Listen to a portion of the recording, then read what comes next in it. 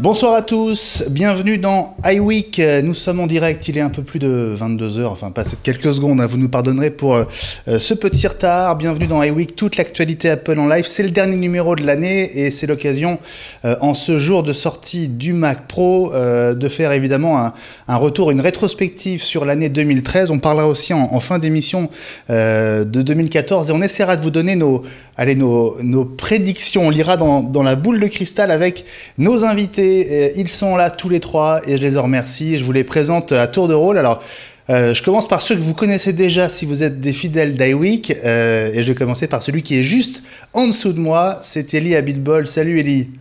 Bonsoir Benjamin, bonsoir à tous. Bonsoir Eli. Alors ça c'est Jean-Christophe. Donc voilà. On va venir à toi Jean-Christophe dans un instant. Eli, rappelle-nous qui tu es. Alors, moi je suis un fan Apple de la première heure et donc j'ai démarré en 1980 en créant une boutique, puis deux. Et donc depuis ce temps-là, on vend de l'Apple, donc tout ce qui est Apple et tout ce qui est dans l'univers Apple. Voilà, Eli, un des anciens, un des piliers de cet univers Mac. C'est d'ailleurs dans ce contexte qu'on s'est connus il y a quelques années, Eli. Sois le bienvenu et merci d'être avec nous. Merci. Voilà. Je suis ravi d'être là. C'est une journée difficile pour toi parce que c'est une grosse période de l'année et puis il fait un temps de chien, je crois, sur Nice, donc... Absolument. Il faisait un temps magnifique jusqu'à hier. On s'étonnait d'être mi-décembre avec un temps comme ça. Et puis là, on a rattrapé le retard, c'est-à-dire qu'il pleut depuis ce matin, mais c'est la folie. Voilà, donc on espère que ça va tenir pendant une heure. Excusez-moi, et je m'en étrangle. Et je salue Gilles Dounès. Salut Gilles.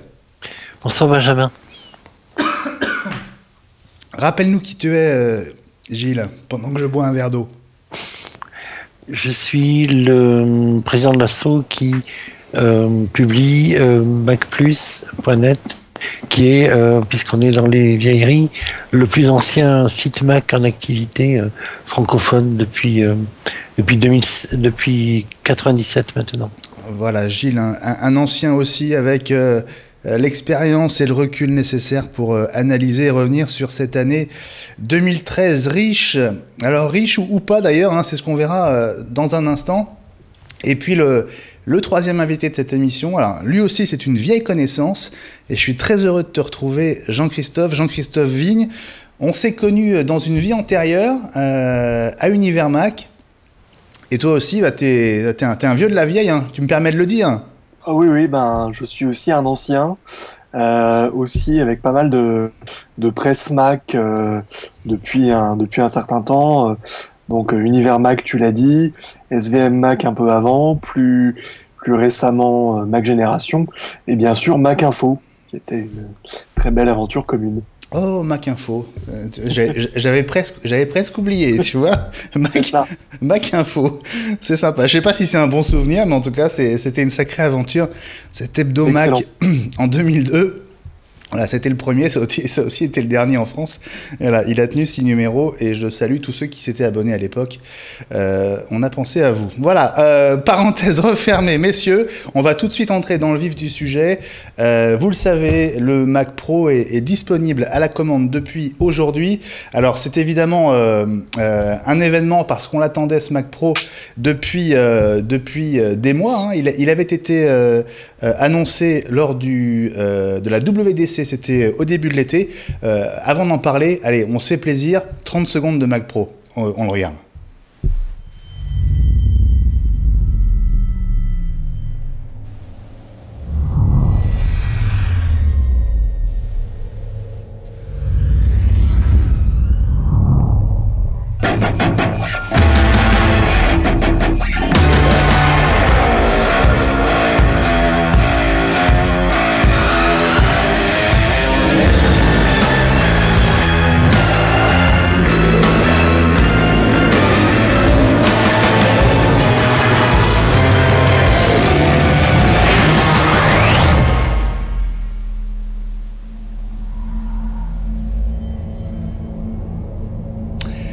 Voilà, Mac Pro Fall 2013. Fall, c'est devenu décembre, et décembre, c'est maintenant. Alors, dispo finalement janvier, et je crois qu'on est déjà passé à février. On va tout de suite demander à Ellie, qui est donc revendeur Apple, donc qui est au contact des clients, qui a aussi peut-être des infos en provenance d'Apple. Ellie, le Mac Pro, il en est où alors, ce soir ? Eh bien, écoute, pour l'instant, on n'a pas encore tous les détails. C'est-à-dire qu'on sait qu'il a été annoncé, parce qu'évidemment, on a lu les différents communiqués, mais on n'a pas d'infos précises. On a vu évidemment que sur le site Apple, maintenant, il est disponible, et nous attendons qu'Apple veuille bien nous confirmer est-ce qu'on va en recevoir, quand, est-ce qu'on va avoir une unité de démo. Je pense que c'est une des choses les plus importantes. En tout cas, les clients sont très, très impatients de le découvrir. Nous aussi, bien sûr, puisqu'on a vu les vidéos, mais pour l'instant, on n'a pas pu vraiment le tester, hein, donc on est très, très impatient de le tester. En termes de date de dispo, Gilles, toi, tu as suivi, j'imagine, ce qui s'est passé tout au long de la journée, puisque les commandes ont commencé ce matin. Apple parlait d'une livraison, je crois, à la fin du mois. On en est où, là, ce soir ? On en est en février, mais comme d'habitude, c'est un peu la panique quand il y a un matériel un peu trendy et qui est un peu en avance. Un peu, tu l'as dit, ouais. Au point de vue technologique, il y a une partie. Alors, ils privilégient leur marché domestique. C'est d'abord disponible aux États-Unis, d'après ce que j'ai compris, et les précommandes ont dû être telles que ils ont été obligés de repousser j'imagine pour le reste du monde. Ça s'était passé, je ne sais pas si vous vous souvenez, en 2003, un peu de la même manière pour l'iPad mini, l'iPod mini, à tel point que le décalage a été normalement de 3 mois, il a été passé à 6 mois. Théoriquement, c'est des retards qui devaient plus produire chez Apple, hein, Jean-Christophe, si je me souviens bien. La politique de maison, c'était on annonce les produits quand ils sont prêts. Hein. Ouais. Après, on peut se poser une question. On sait que c'est le premier Mac depuis longtemps à avoir été produit aux États-Unis, donc avec une nouvelle usine et avec sans doute quand on voit le produit, un nouveau procédé de fabrication. On peut se demander effectivement s'il n'y a pas eu un problème de rodage. Et ça, en revanche, des soucis de rodage, on en a vu plusieurs par le passé. Ouais. Ellie, est-ce que le fait que le Mac Pro soit fabriqué aux États-Unis, hein, puisqu'on sait qu'il vient d'Austin au Texas, hein, si je me souviens bien, est-ce que ça peut expliquer à ton avis le retard, ou est-ce que c'est lié, on va dire, à la rareté de la machine, à son prix, et au fait que finalement Apple va fabriquer à la commande quasiment unité par unité? Oui, je pense que quand ils l'ont annoncé, ils ont voulu vraiment faire un coup, puisqu'ils avaient été accusés régulièrement partout de ne plus être une société capable d'innover. Ils ont pris ça très très mal, et ils ont dit voilà, on va montrer au monde ce qu'Apple sait faire. Et je ne sais pas si vous vous rappelez Phil Schiller sur scène quand il a annoncé le Mac Pro, quand il a eu cette exclamation Innovation my ass. Qui est pas très corporate, et je pense qu'il y a une attachée de presse ou deux qui a dû s'évanouir sur le moment. C'est sûr. Et donc ils l'ont annoncé, et puis après il faut le fabriquer et il faut le produire en quantité, quoi. Donc et je pense qu'ils ont été surpris parce que le prix est quand même pas donné, hein. Je pense qu'ils ont été surpris par les précommandes. Alors justement, oui, Gilles, on va continuer à en parler, mais puisque tu évoques les prix, Ellie, c'était quand même, on va dire, c'était la grosse incertitude de cette journée, puisque jusqu'à maintenant, on avait que les prix des 2 configurations de base. Hein. On avait deux configurations, 2999 € TTC pour vraiment le Mac Pro entrée de gamme, et puis une deuxième config à 3999 €. Alors on s'est tous amusés depuis ce matin à aller sur l'Apple Store. Eh bien, oui. Et à choisir toutes les options disponibles. Alors c'est marrant parce qu'on peut quand même faire des trucs assez sympas. Hein. On peut passer donc d'un quadricœur donc Xeon 3,7 GHz à un processeur 12 cœurs avec 30 mégas de cache au lieu de 10. On peut passer de 12 Go de mémoire DDR3 à 1866 MHz à 64 Go. Pour le stockage, on peut passer de 256 Go en flash à 1 Tera. L'accélération graphique Il y a toujours 2 processeurs graphiques, mais c'est pas les mêmes. Et on ajoute à nouveau 400 ou 1000 euros et on passe sur un AMD Fire Pro D700 avec 6 Go de VRAM sur chaque processeur. Et puis, alors, pour ceux qui veulent vraiment se faire plaisir, il y a l'écran 4K qui est pas un écran Apple. Hein. Ça, c'est un peu aussi la surprise. On attendait un écran 4K Apple, qui est un écran de chez Sharp, pour la modique somme de 3 999 euros. Alors, on a tous fait l'addition. On est tous arrivés à la même, je crois. Gilles, ça fait combien si on veut s'acheter le Mac Pro gonflé à bloc? Comment dire? J'ai regardé, la tête m'a tourné, j'ai fermé la fenêtre. Bon, et Jean-Christophe, tu te souviens du prix? Non, j'ai pas joué malheureusement. Ah, C'est dans les 9600, je crois. Oui, mais c'est voilà. ça, j'ai vu 10 000 $. c'est 9 599 euros TTC pour le Mac Pro le plus richement doté, sans l'écran 4K. Hein. Sans l'écran, Oui. absolument. Voilà. Bah, nous, on a fait évidemment tous les calculs parce que on pense que la plupart de nos clients vont vouloir une configuration sur mesure. C'est-à-dire que oui, il y a les 2 configs de base, mais je pense que tout le monde va vouloir le customiser. Ah, donc le payer encore plus cher. Absolument. Ouais, et... Mais sur j'ai vu enfler la polémique et j'ai été fouillé dans les archives. J'ai réussi à trouver le prix des 2 configs de base de la précédente bombe atomique qu'avait lancé Apple avec le G5 en juin 2003. Je ne sais pas si vous vous souvenez, il y avait 2 modèles. Il y avait le même type de présentation de l'usine qui fabriquait non pas les ordinateurs mais les processeurs, qui étaient l'arrivée d'Apple dans le giron d'IBM. Alors le modèle de base qui était monocœur, qui était à 1,8 GHz, était à 2630 euros TTC. À l'époque, on est à 2999 là pour le modèle de base.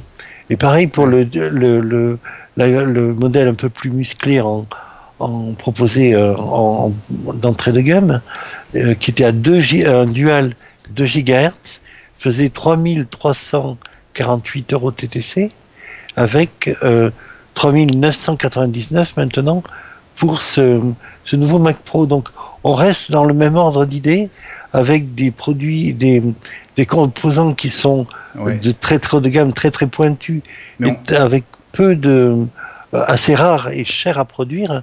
Mais Gilles, on avait, enfin, je sais pas, sauf le Spartacus que tu as, toi, je crois, Ellie, en plus, mais absolument. Je crois pas qu'on ait vu, enfin, j'ai pas souvenir d'avoir vu un Mac à quasiment 10 000 euros.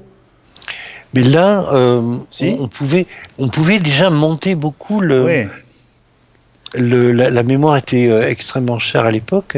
Les disques durs coûtaient un bras et demi. Il a fallu être Shiva pour remplir les 4 ou 6 emplacements, je ne me souviens plus, qu'il y avait dedans. Enfin, on est sur un produit extrêmement pointu qui, en plus, remplit une fonction dans la gamme d'Apple. On va en parler tout à l'heure dans les perspectives sûrement, mais c'est l'outil dont Apple a besoin pour réaffirmer son emprise sur le montage, sur le monde du cinéma et de la vidéo. Oui, je pense que c'est leur marché prioritaire d'ailleurs. Oui. Il n'y a pas que ça, hein. Je pense qu'il y a aussi tout le monde du calcul scientifique notamment. Je pense que les chercheurs étaient en mal de machines aussi depuis un moment, non, Ellie? Bien sûr, mais les 2 annonces qui ont été faites tout de suite, ça a été Final Cut qui est sorti, mais dans la foulée immédiate. Et puis tout de suite après, quelques heures après, il y a eu la partie musicale avec Logic. Donc bon, ça c'est évidemment des produits Apple. Bien sûr. Mais je pense qu'en calcul scientifique, on doit pouvoir faire des choses absolument fabuleuses avec cette machine. Alors on va quand même revenir, redire un mot du design de cette machine. Jean-Christophe, c'est à nouveau Apple qui innove vraiment en matière de design, et puis c'est un retour au Made in USA, enfin en tout cas au Assembled in USA, parce que je pense qu'il y a beaucoup de composants qui viennent pas des États-Unis. Hein. Je pense que j'ai qu'une chose à dire pour résumer l'idée du design. Je n'ai jamais eu de Power Mac G5 ou de Mac Pro. J'en ai absolument pas besoin et clairement, surtout à ces tarifs-là, ce serait très dommage. En voyant le design, j'avoue que je me surprends à en avoir envie et à me dire qu'il serait bien sur mon bureau. Ouais. Donc après, je suis pas persuadé pour poursuivre sur le design. Je trouve que on en parlera peut-être aussi dans les perspectives. Il y a quand même une chose moi qui me frappe, c'est que je ne suis pas persuadé que justement le vidéaste ou le scientifique qui a besoin de puissance brute soit si sensible que ça au design façon corbeille à papier, et qu'en revanche, si je me trompe pas, le disque dur n'est plus upgradable. On parlait des anciens Power Mac G5, l'avantage des Si. Si, il est. On peut les changer, oui. D'accord. Ok, donc contrairement aux autres, c'est plus soudé, d'accord. On a commencé à voir des photos toute la journée et effectivement, il semblerait qu'il faut enlever une vis et qu'ensuite le SSD est placé sur un connecteur. Donc, bon, on n'a pas essayé, mais je pense que ça doit être possible. Ah bah ça va, une vis c'est acceptable. Il y a eu pire, hein. Ça fait partie des choses qui sont spécifiées, oui, dans la fiche produit, qu'on peut faire évoluer ce qui n'a pas de comment dire. Ils ont tiré les conséquences de l'absence de l'échec relatif du cube, qui était un peu se concentrer de puissance dans un design extrêmement sympa, dans une forme géométrique pure, mais qu'on ne pouvait pas faire évoluer. Là, apparemment, c'est possible et c'est bienvenu. Un point que vous avez peut-être remarqué, c'est qu'il n'y a ni clavier, ni souris, ni trackpad avec. Donc, il ne faut pas oublier de les commander. J'avais pas remarqué ça. Oui, c'est vrai, oui. Ils auraient pu le livrer avec un clavier et un trackpad pour le prix. C'est un Mac Mini de luxe. C'est vrai. Je crois que la carte AirPort est déjà dedans, ce qui n'était pas le cas des Mac Pro, donc on a déjà gagné. Joli Jean-Christophe, joli. Donc on va rappeler donc ce Mac Pro qui est donc disponible en tout cas à la commande aujourd'hui, pas livrable. Il fallait vraiment se dépêcher pour l'avoir avant la fin décembre. Je pense que seuls les premiers à l'avoir commandé l'auront avant l'année prochaine. On est donc maintenant sur février, c'est ce que tu nous disais Gilles tout à l'heure. Voilà, donc clairement le feuilleton Mac Pro est pas tout à fait fini. Vous avez quelque chose à rajouter les amis sur le sujet ? Oui, il y a un petit bémol qu'on ne connaît pas aujourd'hui, qui est normalement Apple approvisionne ces différents réseaux de distribution. Donc bien sûr les boutiques Apple, mais les APR et les autres vendeurs, il y a la Fnac, les retailers. Donc ils ont peut-être prévu de nous envoyer un peu de stock pour qu'on puisse vendre. Donc tout ne se fera pas à la commande, mais au moment où on parle, on n'a pas de certitude là-dessus. D'accord. Mais on prie très fort pour en avoir quelques-uns. Au moins un. On peut relever qu'a priori, il n'y en a pas dans les Apple Store américains, Apple Store physique. Ouais. Donc est-ce que c'est un changement de stratégie ? Moi je trouve ça très étonnant. Oui, parce qu'il montre le produit, mais encore une fois, les approvisionnements sont extrêmement tendus. Même pour l'Apple Store en ligne, comme chaque fois qu'il y a des approvisionnements aussi tendus, les sites qui sont commissionnés, qui ont des liens qui servent de relais, n'ont pas la possibilité de faire le relais sur ce produit. On a tous reçu un mail aujourd'hui. Hein. Il ne faut pas. Mais comment dire, ça veut dire que en même temps ils appuient sur la pédale de frein de la diffusion et de l'envie, si vous voulez. Enfin, non, le message c'est il faut pas qu'on fasse la promo du Mac Pro. Voilà, il ne souhaite pas qu'on fasse la promo. Maintenant, en tant que journaliste, on est un peu obligé d'en parler quand même. Et on va certainement pas obéir à Apple sous la casquette de journaliste. C'est le sujet du jour, mais je veux dire, comment dire, il faut pas appuyer en tant que revendeur virtuel sur la pédale de la demande pour pas rajouter du délai au délai, quoi. Absolument, messieurs. Bon, voilà, on a fait à peu près le tour de ce qu'on pouvait dire ce soir, un jour de sortie du Mac Pro, jour un peu historique, hein, parce que c'est vraiment une machine unique, étonnante, et dont on n'a pas fini de parler, parce que quand on l'aura entre les mains, effectivement, on a aussi hâte de voir comment elle se comporte, notamment avec des logiciels de montage vidéo, avec le nouveau Final Cut Pro, Final Cut Pro 10, hein, qui a été annoncé aujourd'hui. Moi, j'en avais entendu parler quand j'étais allé à l'IBC, le salon consacré au broadcast à Amsterdam, début septembre. Je me souviens que le Mac Pro était montré dans des salles vraiment très à l'écart du salon. Il y avait une salle par démo. Chaque invité était seul avec un représentant d'Apple. Et effectivement, il y avait des écrans 4K, il y avait Final Cut Pro X version donc 10.1, hein, puisque c'est son numéro qui tournait, avec pas mal d'évolutions, notamment pas mal d'évolutions radicales qui répondent aux critiques initialement faites à Final Cut. Donc sans doute, Ellie, tu as raison, c'est probablement une killer machine pour essayer de revenir, mais moi je trouve qu'Apple a perdu énormément de terrain, énormément de temps. Et je pense que les monteurs et les boîtes de prod qui étaient sur Mac en ont un peu marre des montagnes russes. Voilà. Et il y en a beaucoup qui sont passés à première, notamment du côté de chez Adobe, notamment sur PC. Voilà. C'est par le chef produit qui était chez Apple et qui maintenant est chez Adobe. Exactement. Et qu'on salue. Exactement. On a les mêmes infos. Il est passé chez Adobe, je crois, il y a un peu moins d'un an. Voilà. Randy Bulos. Ah non, je parlais du français. Fred Roland qui est chez Apple France et qui s'occupait de Final Cut et qui est maintenant chez Adobe et qui s'occupe de Premiere. Voilà ce qui se passe. Bon, écoutez, peut-être que les cartes vont être rebattues à nouveau et que le match va être lancé. On suivra ça dans les prochains mois. Allez, il est 22h23 si vous nous suivez en direct. Un détail que je ne vous ai pas donné, c'est le hashtag pour nous envoyer vos messages et vos questions via Twitter. iWeekTV, IWEEK TV, vous voyez, celui qui est écrit en bas de l'écran, il est pas bon. Enfin, vous pouvez l'utiliser, mais on va dire qu'il y a un autre iWeek qui nous pollue un petit peu. Donc, on a choisi de se différencier avec iWeek TV ou bien Watch TV aussi, l'autre hashtag qui fonctionne. On attend vos messages. On va passer, messieurs, à la deuxième grande partie de cette dernière émission de l'année. On va revenir justement sur l'année 2013. À tout de suite.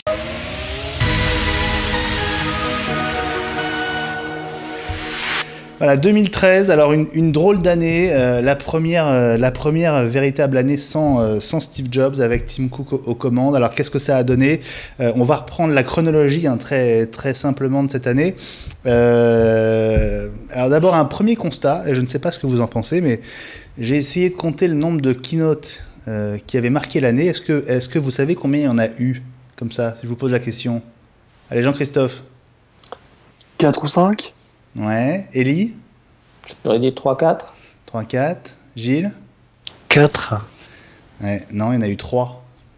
Il y en a eu 3. Il a fallu attendre le 10 juin, c'était la WDC, donc quasiment 6 mois sans rien. Et puis ensuite, 2 à la rentrée, quasiment à un mois d'intervalle, 10 septembre et 22 octobre. Voilà, 3 keynotes en un an. À un moment où on disait qu'Apple voulait faire l'actu tous les mois. Mais c'est pas beaucoup. Qu'est-ce que vous en pensez ? Je pense que c'était le cas et on s'est beaucoup inquiété d'ailleurs dans notre milieu pour savoir pourquoi Apple ne communiquait plus. Il y a eu évidemment beaucoup de bruit, Apple a perdu le sens de l'innovation, on en a parlé, Apple ne communique plus, Apple sort plus de nouveaux produits et en fait ils en ont sorti mais c'était plus des évolutions que des révolutions, on va en parler certainement, mais ça a été une année peut-être de transition, il n'y a pas eu de véritable... À part le Mac Pro, hein, bien sûr, mais oui, justement. Il n'y a pas eu de produits exceptionnels qui, à nouveau, renouvellent ou créent un nouveau marché, comme ça a pu être le cas par le passé. Est-ce que le Mac Pro n'est pas justement Mac Pro qui arrive quasiment sur le dernier jour de l'année 2013 ? Est-ce qu'il n'est pas le relais vers 2014 et le signal donné vers une année pleine de surprises et de vraies révolutions Jean-Christophe ou Gilles ? En tout cas, ce qui est clair, c'est qu'il y a une communication extrêmement brouillonne cette année. On a été sans doute trop habitué aux grands-messes et aux keynotes, c'est une chose, mais la gestion de l'attente, notamment du Mac Pro, a été assez désastreuse, où il sort aujourd'hui quasiment en catimini. Alors j'ai pas reçu l'email dont vous parliez, mais dire qu'il faudrait ne pas en parler alors qu'effectivement c'est supposé être le renouveau de l'innovation, c'est quand même un peu curieux. Le fait que l'iPhone... Mais c'est fréquent pour tous les produits à forte demande potentielle face à une offre réduite. Hein, Gilles, c'est un mail qu'on reçoit pour chaque produit pour l'iPad quand à il est stock limité. sorti, Ouais. C'est pas propre au Mac Pro, on va dire.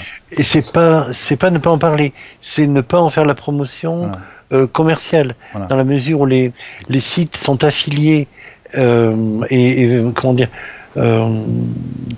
dire, sont des relais de l'Apple Store en ligne. Il aurait été interdit de faire la promotion du produit en tant que revendeur, quoi. Voilà. Non, parce que je pense que c'est symbolique que le Mac Pro, voilà, la date de sortie, on savait pas trop si c'était la semaine dernière, si c'était...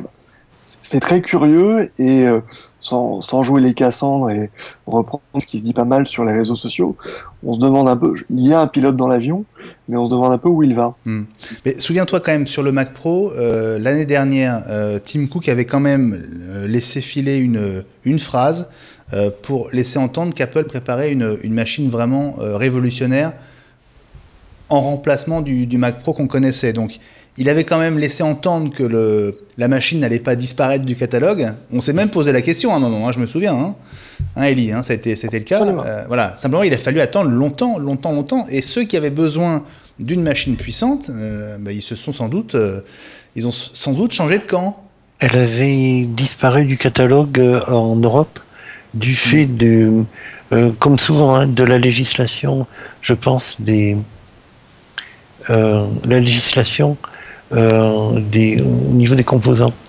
Il n'était plus là depuis le mois de février, je crois. C'est ça. Ça fait juste presque un an quand même. Pour répondre à ce que disait Jean-Christophe, il a fallu réaménager la société au plus mauvais moment. C'est-à-dire que la transition qui était en train d'être amorcée entre Steve et Tim, qui était normalement devait se faire avec du temps, s'est faite au mauvais moment, puisque il y a eu le cancer qui a repris, et il y a eu la copie, le pillage de la propriété intellectuelle d'Apple qui a été fait par Samsung et qui a déstabilisé. Normalement, il se voyait gérer la course en tête et continuer à dérouler avec l'iPhone et l'iPad comme il l'avait fait avec l'iPod. Là, ça n'a pas été possible parce que ils ont eu un concurrent qui sont mis à proposer des produits très très voisins et qui leur ont subtilisé qui a brouillé l'image, si vous voulez. Oui, je suis totalement d'accord. En fait, Apple s'est retrouvé, peut-être pour la première fois, totalement sur la défensive. Et ils ne sont pas habitués à être dans une position comme ça. Puis, il ne faut pas oublier non plus qu'il y a eu une énorme débâcle lors du lancement d'iOS 6 avec Plan, et qui a provoqué d'ailleurs le départ de Scott Forstall. Il a fallu trouver un remplaçant et il a fallu que Jonathan Ive reprenne les rênes, puisqu'il a pris maintenant le contrôle de tout ce qui est système d'exploitation aussi. Et donc, ça a été quand même une énorme transition en interne pour eux, avec effectivement Samsung. Et ce côté, Samsung a été très agressif, y compris dans les pubs anti-Apple, et ils ont su donner une image de produit cool auprès des jeunes, et peut-être que certains attendaient d'avoir une alternative et se sont précipités dessus. Avant de revenir, on espère et on pense, mais ça n'a pas été une année facile. Oui. D'autant qu'il y avait un problème dans la distribution. Le remplaçant de Greg Joswiak, je crois, je ne veux pas dire de sottisage, je me souviens plus de l'ancien... Tu parles des retail stores, là. Oui, c'est ça. Il a fallu le remplaçant qui avait été trouvé. Ron Johnson, voilà. Le remplaçant qui avait été trouvé n'a pas non plus fait l'affaire. Et il y a eu un vrai problème dans ce qui était aussi depuis 2001 quelque chose de l'image de marque d'Apple. Donc il a fallu réorganiser la société, que Tim Cook apprenne à faire son job de PDG sans savoir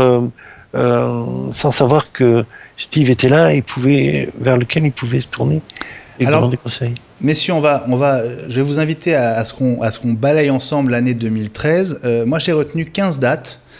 Alors, on va se dire qu'on se donne 1 minute par annonce. Hein, ça fait 15 annonces. Il y en a sur lesquelles il n'y a pas grand-chose à dire.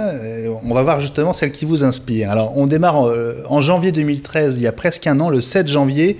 L'App Store passe la barre des 40 milliards de téléchargements. Qui prend...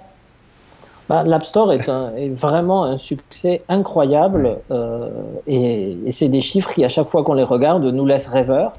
Et ça donne un nombre époustouflant d'applications téléchargées par seconde. Enfin, c'est incroyable. D'autant que tu vas voir, Ellie, ce chiffre va à nouveau grimper 4 mois plus tard. Toujours en janvier, le 29 janvier, l'iPad Retina sort en version 128 Go. Ça vous inspire ? On déroule vers ce qu'appelle Martel depuis la sortie de l'iPhone, depuis la sortie d'iOS pour l'iPhone et la sortie de l'iPad, en disant on a tant de compagnies du Fortune 50 et du Fortune 500 qui sont en train de tester ou d'adopter l'iPhone ou l'iPad, et là on fait un pas supplémentaire pour adresser cette demande. Voilà, le haut de gamme qui a besoin de capacité. Chez nous, ça a été un non-événement en fait. Il a fallu absolument pas mal de temps pour que les gens s'y habituent. Au départ, quand il est sorti, les gens pensaient que c'était un nouvel iPad. Quand ils ont vu que c'était juste un appareil avec plus de mémoire, donc on a mis quand même pas mal de temps à le vendre. Hein. Donc c'est passé presque inaperçu. Absolument, et c'est ce que je pensais bien t'entendre dire, mon cher Elie. Alors on passe à février, voilà déjà un mois à la trappe. Février, le 6 février, à nouveau une barre symbolique, 25 milliards de chansons téléchargées sur l'iTunes Store. Là voilà, on compte en dizaines de milliards aussi dans le monde de la musique, hein. C'est dingue. Oui, oui, Jean-Christophe. Je trouve le chiffre intéressant et je vais encore faire preuve de mauvais esprit, j'en suis désolé. Oh non, vas-y, on adore ça. Je trouve que ça souligne peut-être un risque. On attendait tous iTunes Radio comme une réponse à Spotify et autres Deezer, et on voit bien qu'Apple aujourd'hui reste sur son modèle ancien, alors qu'il marche très bien et qui justement, les chiffres le prouvent. Mais je pose la question à vous tous. Moi, je sais qu'aujourd'hui, ça fait 6 mois que j'ai un abonnement Spotify et que je n'achète quasiment plus d'albums iTunes. Donc, je sais pas si on est nombreux dans ce cas, mais en tout cas, les usages changent et je sais pas si Apple aujourd'hui, est encore en pointe sur ce genre d'évolution. Tu veux dire qu'ils sont un petit peu, voilà, ils ont raté le coche du streaming musical. Ou en tout cas, mais je dirais, je fais une généralisation plus grande, c'est se reposer un peu sur ses acquis. C'est-à-dire que oui, l'iTunes Music Store est un succès et continue à engranger. Maintenant, est-ce que ça sera suffisant pour les années à venir ? Je pense qu'il y a deux petites choses par rapport à ça. Moi j'ai la chance de tester iTunes Radio depuis un moment. Vous savez, la petite astuce, il faut avoir un compte sur le store américain et à partir de ce moment-là, ça marche très très bien. Et donc j'ai pu le tester et c'est vraiment très sympa. Ça marche bien, les sélections sont très agréables. On peut se créer sa propre chaîne de radio avec les musiques qu'on aime et se faire conseiller. L'autre chose, c'est qu'ils continuent à faire quand même des exclusivités assez étonnantes. Ils ont eu les Beatles, ça leur a pris des années. Mais ils ont fini par les avoir. Et puis là, ils viennent de sortir le dernier album de Beyoncé en exclusivité totale et qui a battu tous les records historiques de vente, tous médias confondus. Et d'ailleurs, ça fait la jalousie de tous les autres, qui commencent presque à vouloir boycotter Beyoncé à cause de ça. C'est ce qu'a dit Target aujourd'hui, qu'il ne distribuerait pas l'album pour l'instant. Parce qu'Apple leur avait grillé la politesse. Target, et apparemment, ils se sont fait hacker des dizaines de millions de cartes bancaires le jour du Black Friday, donc ils ont d'autres soucis à régler, je pense. Sans doute. je pense aujourd'hui. Toujours en février, le 13 février. Alors ça, c'est peut-être intéressant parce que ça a été le premier signal d'une évolution de la gamme. Le MacBook Pro Retina qui évolue, qui gagne en puissance et qui baisse en prix.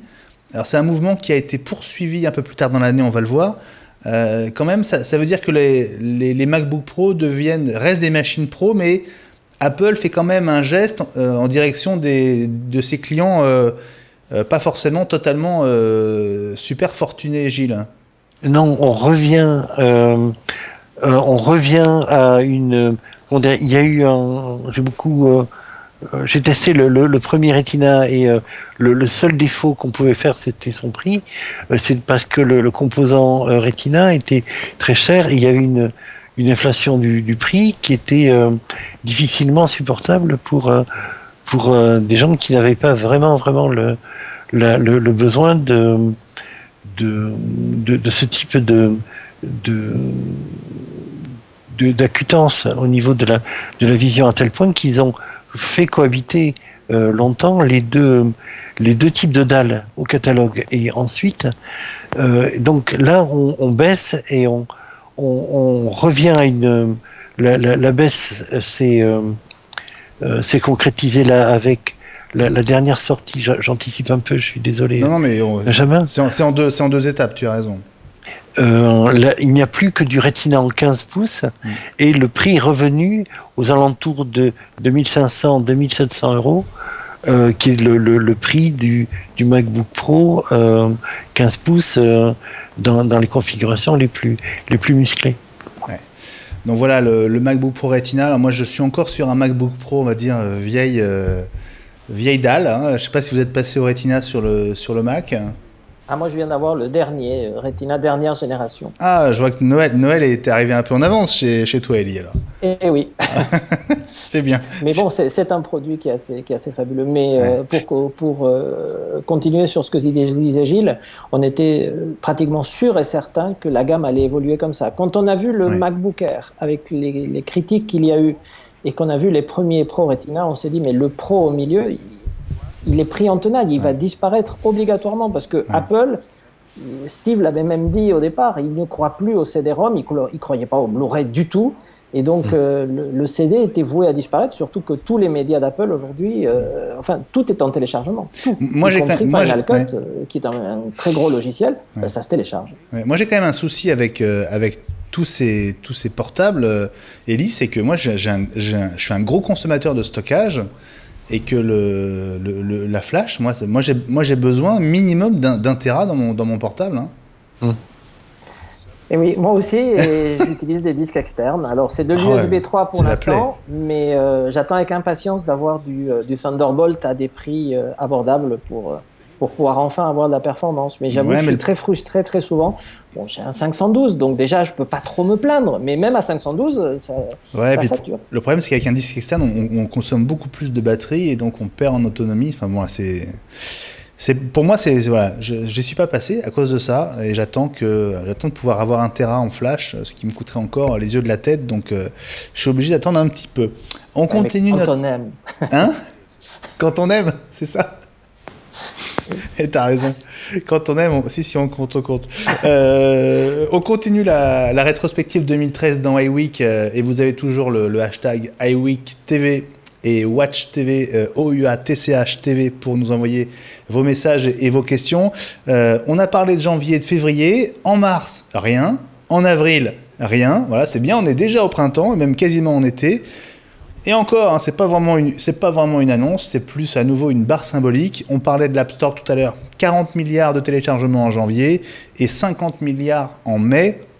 Février, mars, avril, mai, voilà, 10 milliards de téléchargements en 4 mois. Voilà, le ratio, il est facile à faire. Mais on peut pas, pour rebondir sur ce que disait Elie, on peut pas faire la révolution tous les 4 matins. Non.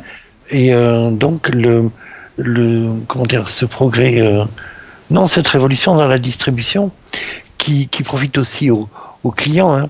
Je ne veux pas dire consommateurs parce que Apple considère ses acheteurs comme des clients. Il parle de customers et pas de consumers. La relation n'est pas la même. On on bâtit pas une relation sur des prix, mais sur une relation de confiance à long terme. Et là, avec cette dématérialisation de la distribution, ça profite également aux clients. Le prix des softs, et comme le prix des chansons avec l'iTunes Store, a considérablement baissé. C'est vrai pour Final Cut par exemple, dont on parlait tout à l'heure, hein, donc qui vaut encore 230 je crois. 50 euros, enfin qui était à 1000 euros au moment de sa sortie, hein, donc évidemment le prix a été divisé par 4 et c'est vrai jusqu'à l'OS, hein, on va en parler dans quelques instants puisqu'on arrive au mois de juin et à cette WWDC, la conférence mondiale des développeurs Apple. On est le 10 juin à San Francisco, et alors là c'est une belle journée, hein, qu'on a vécue, puisque coup sur coup on a eu droit à la nouvelle gamme MacBook Air, à la première présentation du Mac Pro, hein, ça remonte à juin, à Mavericks, hein, aussi les premières images de Mavericks dont on a découvert le nom justement ce jour-là, iTunes Radio, et puis iOS 7. Alors, iOS 7, messieurs, qu'est-ce que vous en pensez 6 mois plus tard? Alors, pour moi, iOS 7, c'est une question de cohérence. Et c'est très intéressant. J'ai la chance d'être développeur, donc j'ai évidemment accès au bêta et je joue avec très vite. J'ai, comme pas mal de monde, je crois, eu un vrai mouvement de rejet les premiers jours. Et aujourd'hui, je suis frappé par ce qui se passe quand on a encore une application, alors par exemple Google Hangouts, pour pas la citer, qui reprend, enfin qui utilise toujours les canons d'iOS 6, à quel point l'appli paraît vieillotte, pas jolie et du coup pas agréable à utiliser. Et c'est pour moi le tour de force d'Apple encore, d'arriver à fournir une interface aussi homogène et aussi finalement agréable à utiliser. Ouais. Messieurs, vous êtes d'accord avec Jean-Christophe? Ah oui, absolument. Ouais. Moi, j'ai aussi la chance d'être développeur, donc je suis un peu dans le même cas. J'ai pu le découvrir un peu assez tôt. Et au début, on est surpris, mais maintenant, on se demande effectivement comment on faisait avant. Il y a un certain nombre de gestes qui sont devenus automatiques. C'est plus pratique, c'est plus fluide. Puis bon, il y a eu un gros débat sur les icônes. Est-ce qu'elles sont plus jolies ou pas que les anciennes? Mais franchement, c'est pas ça qui compte. C'est la fluidité, c'est la vitesse, c'est le multitâche, c'est le centre de contrôle qui est tout le temps disponible quand on a besoin de la lampe ou de la calculatrice ou de se mettre en mode avion. C'est tellement pratique. Ouais. Bon, il y en a qui faisaient ça avec des iPhones non officiels, avec des applications tierces, mais bon, là, c'est officiel, on peut le faire, c'est facile. Et franchement, c'est bien. Et les applis ont été la plupart améliorées. Bon, après, les icônes peuvent évoluer, hein, c'est pas le plus important. Gilles, qu'est-ce que toi tu en penses avec le recul d'iOS 7? Alors, moi, je suis rentré dedans de suite. Et le gain de vitesse sur un vieil iPhone, un iPhone 4, était évident. Par contre, il y a certains, le fait que les notifications arrivent sur un iPhone, même dans l'écran est éteint et qui est au repos, peut poser problème de confidentialité. Ça, c'est pas, comment dire, ça devrait pouvoir être paramétré et refusé, quoi. Par contre, non, il est évident que au bout de six générations, 7 même. Oui. Ouais. Enfin, 6 jusqu'à la précédente, il fallait que ça bouge, et ça a bougé dans le bon sens, c'est évident, quoi. Et puis je pense qu'Apple est quand même à l'écoute des critiques. Une des critiques qu'ils ont entendues apparemment, puisque dans la 7.1, pour ceux qui ont vu la bêta, ça a été corrigé, c'est que certains boutons n'avaient pas l'air de boutons, c'était un texte, comme par exemple le OK quand on utilise le code PIN. Et donc Apple maintenant a rajouté un bouton qui dit on veut que les boutons aient une tête de bouton. Ça paraît tout bête. Ben oui, mais ça change. Mais c'est mieux. Des fois, on se pose la question, est-ce que je dois cliquer là ou pas? Enfin, toucher plutôt. Est-ce que je dois toucher là ou pas? Alors, d'ailleurs, pardon Benjamin, cette question de 7 points est intéressante parce que de mémoire, j'ai pas l'impression que les anciennes 6X, 5X, les sous-versions en fait, apportaient autant de modifications. Et donc peut-être enfin, on va voir Apple évoluer par touches plus importantes qu'une fois par an. Ce que je trouve assez agréable. Ceci dit, on va avoir des problèmes. Hein. On n'est pas censé parler de bêta. Hein. Non. Voilà. Voilà, on n'en parle pas. On passe au sujet suivant dans notre rétrospective 2013. Il nous reste un peu plus de 10 minutes, donc il faut qu'on avance parce qu'on doit aussi parler de 2014. On était au mois de juin, on va passer sur le mois de juillet parce qu'on va y revenir. Hein. J'ai une question à vous poser sur l'une des recrues d'Apple qui a été annoncée début juillet, un grand patron du luxe français, et on va voir que ça n'a pas été le seul à arriver chez Apple. Dans un instant, Logic Pro X annoncé le 16 juillet, ça c'était donc pour ceux qui font de la musique, c'est l'équivalent de Final Cut mais vraiment dédié au studio d'enregistrement et de post-production. Le mois de septembre, donc là évidemment actu chargé avec la deuxième keynote de l'année le 10 septembre et l'annonce de l'iPhone 5C et du 5S. Avec l'arrivée qui aura lieu donc 8 jours plus tard d'iOS 7. Alors ces deux iPhones, là aussi avec 3 mois de recul, on a dit pas mal de mal du 5C. Est-ce que c'était justifié ou est-ce que finalement les chiffres sont en train de donner raison à Apple sur le 5C? Non, je pense que les chiffres, peu à peu, Apple arrivera à ses objectifs. Le 5C est un excellent produit, un fabuleux produit, mais mal placé au niveau prix. C'est la seule critique qu'on peut lui faire. Le 5C doit être 100 € de moins, et là, il se vendrait comme des petits pains. Pour le reste, quand on l'a pris en main, parce que tant qu'il est dans sa boîte, on ne peut pas se faire une idée, mais quand on l'a pris en main, il y a une grosse différence par rapport à la concurrence. C'est un vrai iPhone, c'est le même ressenti, c'est juste qu'il est trop cher. Il est, comment dire, il est un tout petit peu trop cher. Avec la subvention, il a été beaucoup plus intéressant dans l'après-coup, mais quand il est sorti, il était pas assez différencié par rapport au premier, par rapport à l'iPhone 5S. Mais quand c'est moi qui l'ai testé pour Mac Plus et j'ai mis un 10 parce que pour toutes les sottises qu'on avait dit dessus, quoi. Pour compenser, tu veux dire? Oui, c'est ça. Les canaux parce que c'est vraiment n'en vendent pas beaucoup. Ouais. Par contre, à partir du moment où il est vendu avec une subvention, donc les opérateurs doivent en vendre parce que c'est un super téléphone et quand il est à son prix, les gens doivent l'adorer. En tout cas, j'en ai vu pas mal chez les jeunes. Alors, moi, j'ai entendu 2 messages contradictoires sur le sujet. J'ai d'abord entendu que le 5S vendait 2 fois plus que le 5C. Et puis plus récemment, j'ai entendu le contraire. C'est-à-dire qu'Apple vendait plus de 5C que de 5S. Qu'est-ce qu'il en est, à votre avis, messieurs? Les chiffres que je peux avoir moi, et y compris chez Apple, disent que le 5S se vend, mais vraiment beaucoup, beaucoup, beaucoup plus que le 5C. C'est ça. Parce qu'il y a une vraie différenciation avec l'appareil photo et avec la puce. Et le coprocesseur de mouvement. Des mouvements, oui. Qu'est-ce qui fait vendre le 5S alors? Parce que moi, ce qui me semble la caractéristique qui me semble la plus évidente, c'est le Touch ID, mais je ne sais pas si c'est pour ça qu'on achète un téléphone. Non, alors, Jean-Christophe. Alors, moi, j'ai une histoire assez amusante, c'est que j'étais vraiment agacé à la sortie du 5S en me disant bon, c'est le 5 un peu remis au goût du jour, et puis OS 7, j'étais pas fan au départ. Je me suis dit bon, c'est le moment, passons sous Android, une bouffée d'air frais.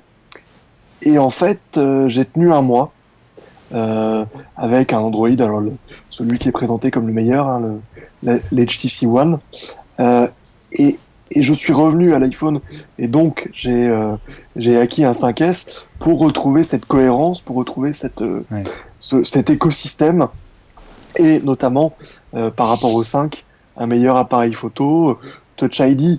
En fait, le problème de Touch ID, c'est sympa, mais quand on a plusieurs appareils, en l'occurrence, j'ai plusieurs iPads, en fait, on prend pas l'habitude d'utiliser Touch ID parce que ça ne marche pas ailleurs. Ouais, c'est vrai. Donc le code doit être fait sur les autres machines, et du coup, ça... Voilà. Mon petit doigt me dit que Touch ID va arriver sur l'iPad avec la prochaine génération. Ils étaient passés chez Android ou ailleurs pour tester, et ils sont revenus à Apple. Et c'est exactement la même chose. Au bout d'un mois ou de 2 mois, ils reviennent en disant mais j'ai essayé, mais c'est pas du tout la même cohérence, c'est pas la même chose. Des fois, ils savent pas le décrire. Ils disent bon, enfin, ouf, je suis revenu chez Apple. Voilà. Ouf. Messieurs, on va avancer dans l'année parce qu'il nous reste une petite dizaine de minutes maintenant. On était donc le 10 septembre. L'iPhone 5S et le 5C sortent le 20 septembre. 9 millions d'exemplaires vendus en un week-end. Joli score. 4 jours plus tard, l'iMac évolue assez discrètement parce qu'il n'y a pas de révolution, hein, Gilles. C'est une mise à jour, on va dire, très, très traditionnelle. C'est les composants à l'intérieur qui... comme pour la génération suivante de MacBook Pro, ils ont branché apparemment le SSD sur un port PCIe et ça va beaucoup plus vite. Et la vraie révolution avait eu lieu 9 mois auparavant, oui, avec ce disque Fusion Drive qui est, c'est un peu long pour expliquer, mais ça correspond aux dernières avancées en psychophysiologie et en psychologie cognitive sur le fonctionnement de la mémoire humaine. Ouais, c'est le meilleur du disque dur et du SSD réunis, avec un seul problème, c'est qu'en cas de crash, il n'y a pas un seul logiciel de récupération. Hein. Ah, il faut Je te le dis parce que ça m'est arrivé quand même. Hein. Oui. Et alors? Bah voilà, alors bye bye les données, voilà. Même avec Time Machine. Ah non, à Time Machine, justement, j'avais pas de sauvegarde Time Machine. J'ai essayé de récupérer les données sur le disque, voilà. Il n'y a aucun utilitaire compatible Fusion Drive. Voilà. Qui sache encore. Voilà. Bon, on va passer sur les iMac. On va arriver à la fin de l'année, au mois d'octobre. Alors, une autre recrue qui arrive, qui est annoncée par Apple le 14 octobre. On va en reparler dans un instant. Et puis le 22, c'est la troisième et dernière keynote de l'année. Avec l'iPad Air, le MacBook Pro Retina et puis OS X Mavericks disponible gratuitement. Pour vous, c'est quoi la grosse annonce de cette keynote? Qu'est-ce que vous retiendrez? Les logiciels gratuits. La globalité, en fait. Hein. Les logiciels gratuits, C'était une Jean-Christophe? vraie annonce avec plein de produits, il y en a eu beaucoup. Et ça avait du sens. On a beaucoup attendu les MacBook Pro du coup qui sont arrivés en Retina. On a tous pensé qu'ils arriveraient début de l'été, donc on les a attendus. Donc quand ils sont arrivés, ouf, ça y est, encore une fois, ils sont enfin là. Et Apple était au rendez-vous avec un peu de retard. Et pour la première fois sur un SSD, on a une vitesse d'écriture et de lecture qui est équivalente à peu près. Ouais. L'iPad Air, Jean-Christophe, toi qui as plusieurs iPads, est-ce que pour toi c'est une vraie évolution là, Apple s'est vraiment retroussé les manches pour sortir une tablette vraiment qui marque une nouvelle étape? J'en ai un et j'en suis ravi, mais c'est une évolution de l'iPad. C'est pas pour moi, il n'y a pas cet esprit d'innovation qui manque encore. Je trouve que les logiciels gratuits, c'est un vrai courage économique et c'est surtout, ça renforce cette idée de cohérence qui est aujourd'hui, si on achète un Mac, on a tous les bons outils pour s'en servir efficacement. Absolument. Là, on voit Johnny Ive dans cette vidéo de présentation de l'iPad Air qui avait donc été diffusée le 22 octobre. On va revenir sur le calendrier. Sur cette annonce, il y a un produit effectivement qui est passé un peu en arrière-plan, mais au niveau des iPads, moi personnellement, j'aime bien l'iPad Air, et c'est un produit qui se vend bien, il est plus léger, il est plus rapide, mais moi celui que je préfère, c'est l'iPad mini Retina parce que la taille est exactement ce qu'il faut, et là, on est à parité de technologie. L'iPad mini précédent, il était plus lent, tandis que là, on a un écran Retina, on a une puce A7, on a la même caméra, on a le même Wi-Fi, donc on a la même chose, et là, vous pouvez, enfin, le client peut choisir entre 9 pouces 7 ou 7 pouces 9, portabilité ou taille d'écran, mais même puissance. Et ça, c'est vraiment génial. Moi, j'en ai un, et je le changerai pour rien. C'est le meilleur produit de la gamme iPad que j'ai eu depuis le début, le Mini Retina. Voilà, le Mini Retina qui est donc sorti le 11 décembre. C'était le 15e événement de l'année. Hein. Il y en a plus après. J'ai anticipé. Il avait été dévoilé, mais pas disponible. Voilà, pas disponible. Il a été disponible. Il est devenu disponible le 11 décembre. Il nous reste 3 minutes, Gilles. Alors, je voudrais qu'on parle de 2014. D'abord, j'ai pas donné le détail de ces deux recrues Apple, mais d'abord le 3 juillet, l'ancien patron d'Yves Saint Laurent, Paul Denève, rattaché à Tim Cook pour des projets spéciaux, sans plus de détails. Et puis le 14 octobre, annonce de l'arrivée de la DG de Burberry. Elle s'appelle Angela Arendt. C'est elle justement qui va s'occuper des magasins Apple et de l'Apple Store en ligne. Elle va arriver au printemps 2014. Alors justement, à votre avis, ces deux recrues, notamment, c'est quoi l'objectif pour Apple ? Qu'est-ce qu'il nous réserve ? Qu'est-ce qu'il nous prépare à Cupertino ?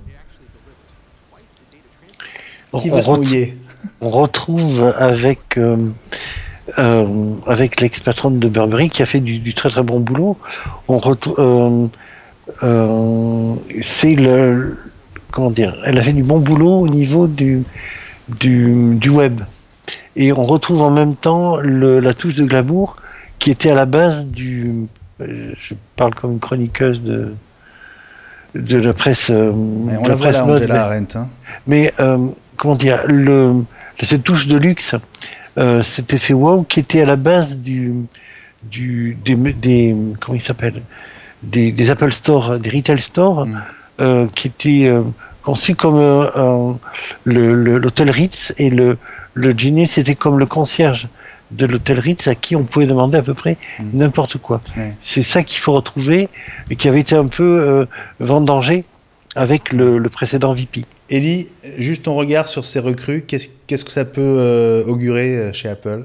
Écoute, je vais me permettre de contredire quelqu'un que je respecte et qui a fait une interview il n'y a pas longtemps, donc Pascal Cagny, que je salue, et qui lui a dit clairement, je pense qu'en 2014, il y aura enfin la télé Apple, mais par contre, je ne crois pas du tout à une montre ou à un objet de cette taille-là. Alors moi, personnellement, je ne sais pas si on aura la télé, probablement à force, elle va arriver un jour, mais je suis sûr, et en tout cas j'espère, qu'on aura du wearable computing, donc des choses qu'on peut porter, et en particulier une montre, parce que moi je vois plein d'usages, et vraiment si elle sort, je serai le premier acheteur. Est-ce que tu crois que Paul Deneuve, qui vient donc de Yves Saint Laurent, peut contribuer à la montre justement ? Il y a un phénomène de mode, c'est-à-dire que si on sort une montre comme une Galaxy Gear, c'est pas la peine, et là les gens vont tomber sur Apple. Donc il faut que ce soit un vrai produit de mode, un vrai produit fashion que les gens aient envie de mettre à leur poignet. Parce qu'une montre, tu mets pas n'importe quoi à ton poignet, c'est ça le truc. Jean-Christophe, allez, les 15 dernières secondes pour toi. Apple en 2014, qu'est-ce qui va se passer ? J'espère moi aussi du wearable, une montre ferait du sens. Je crois pas du tout à l'écran de télé, mais je pense qu'une meilleure Apple TV, un meilleur boîtier, est forcément dans les tuyaux. Il y a quelque chose qui n'a pas été relevé, que je trouve très intéressant, c'est que ABC, la chaîne américaine, vient de sortir une app pour l'Apple TV qui permet de regarder sur le petit boîtier noir toutes les séries le lendemain de leur diffusion. Et ça, à mon avis, c'est un vrai game changer. Voilà. Et on va suivre tout ça, Gilles. Il faut qu'on termine. Tu sais, l'heure c'est l'heure. On est en direct et la suite des programmes arrive sur Watch TV. Donc, on va terminer là pour cette émission, la dernière de l'année. iWeek, toute l'actu Apple en live. On se retrouvera bien sûr dès le début de l'année 2014. Ce rendez-vous hebdomadaire tous les jeudis 22h, 23h en direct. Début janvier, toute l'équipe de Watch sera au CES de Las Vegas. On parlera bien sûr d'Apple, même si Apple n'y sera pas, en tout cas pas officiellement. Messieurs, merci beaucoup. Merci à tous les trois. Je vous donne rendez-vous très bientôt sur Watch TV. Et nous, joyeux Noël, bonne année et on se retrouve en 2014. Salut à tous.